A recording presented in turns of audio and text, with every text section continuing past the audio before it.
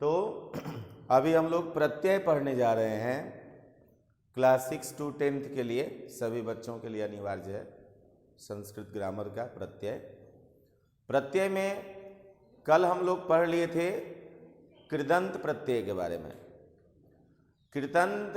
कृदंत प्रत्यय के अंतर्गत जो प्रत्यय आते हैं उसमें हम कल पढ़ रहे थे अक्त एवं अक्त्वतु प्रत्यय, जो भूतकाल की क्रियाओं को स्पष्ट करता है। तो अक्त प्रत्यय हम लोग पढ़ लिए थे। आज हम लोग पढ़ने जा रहे हैं अक्त्वतु प्रत्यय। अक्त्वतु प्रत्यय, यह जो अक्त्वतु प्रत्यय है, इस धातु में जब अक्त्वतु प्रत्यय का हम प्रयोग करते हैं तो प्रयोग करने के बाद उसका अर्थ भूतकालिक बन जाता है। ध्यान देंगे, पठ धातु है, इसमें हम अक्त्वतु प्रत्यय लगाएंगे तो ये बन जाएगा पठितवान।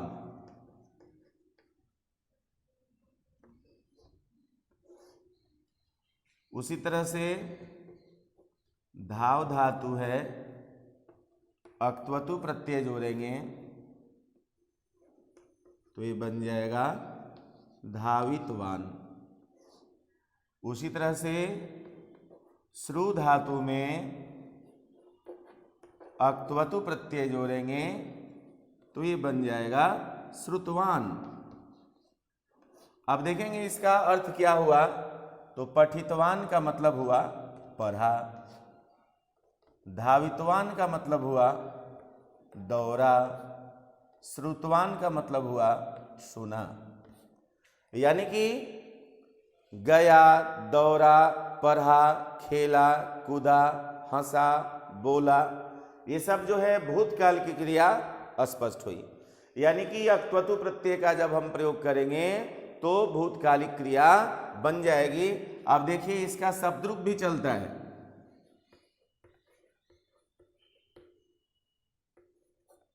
पठितवान, पठितवन्तौ,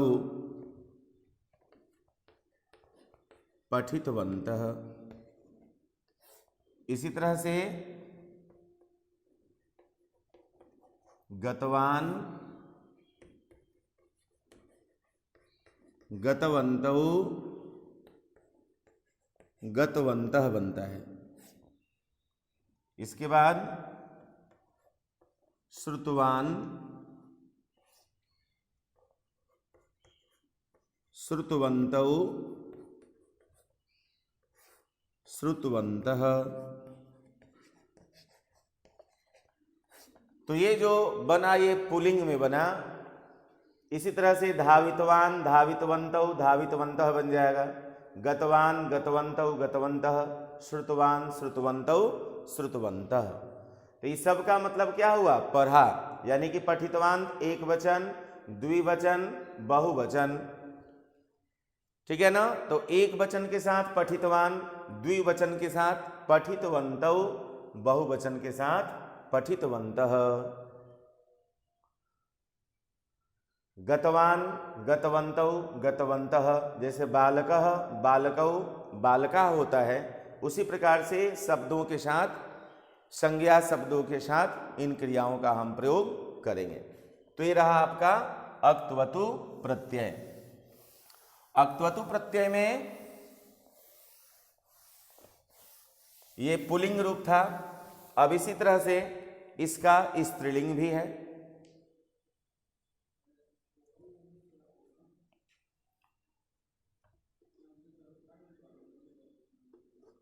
श्रुत जोर अक्त्वतु।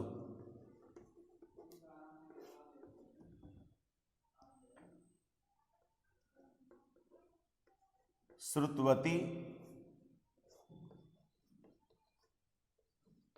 श्रुतवत्यौ,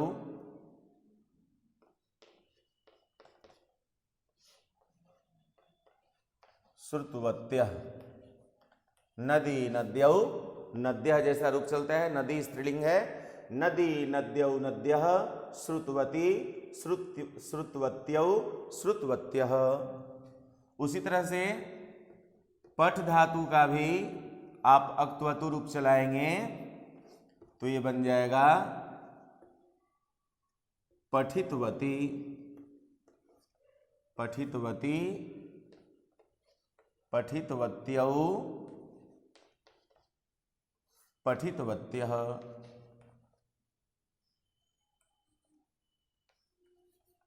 नदी नद्यौ नद्यः, जैसे नदी नद्यौ नद्यः रूप चलता है उसी तरह से पठितवती, पठितवत्यौ, पठितवत्यः, उसी तरह से आपका ये शब्द रूप चलेगा।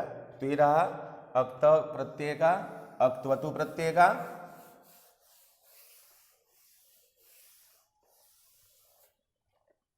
स्त्रीलिंग रूप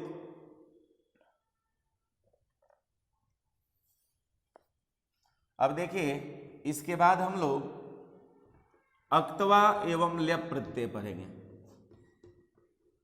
अक्तवा एवं ल्यप प्रत्यय, ये अक्तवा एवं ल्यप जो प्रत्यय है, इन दोनों का जब अर्थ स्पष्ट करेंगे तो कर अर्थ स्पष्ट होगा। लेकिन कहता है कि यदि धातु के पहले, यदि धातु के पहले उपसर्ग लगा हो तो, यदि धातु के पहले उपसर्ग लगा हो तो ल्यप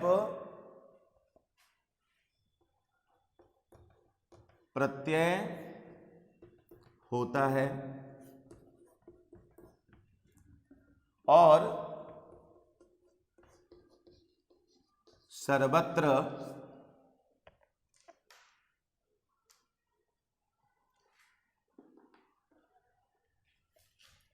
अक्तवा होता है।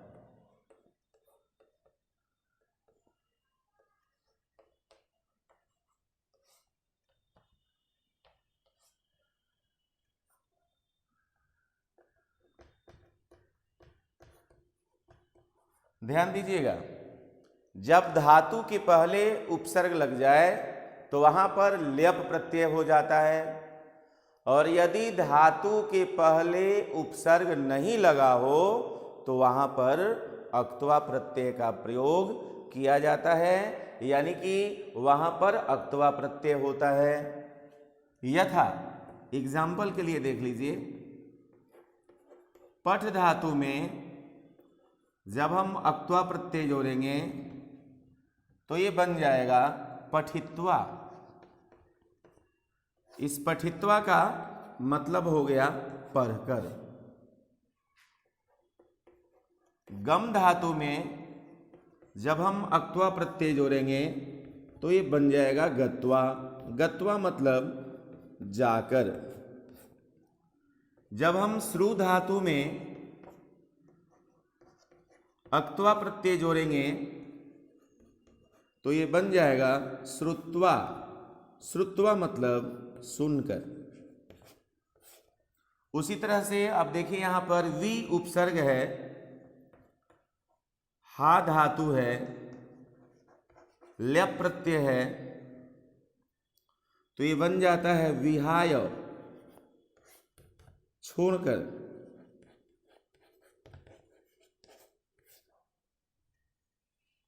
उसी तरह से आ उपसर्ग है, दा धातु है और ल्यप प्रत्यय से ये बन जाता है आदाय। आदाय का मतलब होता है लेकर। उसी तरह से यहां पर देखिए उत उपसर्ग है, सृज धातु है, उत उपसर्ग सृज धातु ल्यप प्रत्यय, तो ये बन जाता है उत्सृज्य। इस उत्सृज्य का मतलब होता है छोड़कर। तो इस प्रकार से अक्तवा एवं ल्यप प्रत्यय स्पष्ट होता है। दोनों का अर्थ सेम है। कर, उत्सृज्य मतलब छोड़कर, पठित्वा मतलब पढ़कर, गत्वा मतलब जाकर, यानी कि सबके अर्थ के अंत में कर लगा रहेगा। पढ़कर, सुनकर, खाकर, दौड़कर, लेकर, जाकर, देकर, हंसकर, छोड़कर इत्यादि। तो इस प्रकार से दोनों के लिए आपको ध्यान यह रखना है कि यदि धातु के पहले उपसर्ग लगा हो तो समझ जाना है कि वह ल्यप प्रत्यय है, और यदि धातु के पहले उपसर्ग नहीं लगा हो तो आपको वहाँ पर अक्त्वा प्रत्यय का प्रयोग करना है, वहाँ अक्त्वा प्रत्यय समझना है। जैसे एग्जाम्पल के लिए यहाँ पर देखिए, वी उपसर्ग है, हृ धातु है, आ उपसर्ग है, दा धातु है। तो यहाँ पर देखिए तीन भाग हो गया, उपसर्ग धातु प्रत्यय, उपसर्ग धातु प्रत्यय, और यहाँ पर केवल धातु और प्रत्यय है, पठ और अक्त्वा है, गम अक्त्वा, श्रुवत्वा, अक्त्वा। तो यहाँ पर धातु और प्रत्यय है, यहाँ पर उपसर्ग है, धातु है, प्रत्यय है। तो जहाँ पर उपसर्ग लग जाए वहाँ पर ल्यप प्रत्यय, जहाँ पर केवल धातु हो उपसर्ग नहीं हो तो वहाँ पे अक्त्वा प्रत्यय होता है। तो आज इतना ही, फिर हम लोग अगली कक्षा में प्रत्यय को आगे बढ़ाएंगे। इसको आपको रिवाइज करना है, फेयर की कॉपी में नोट करना है। धन्यवाद।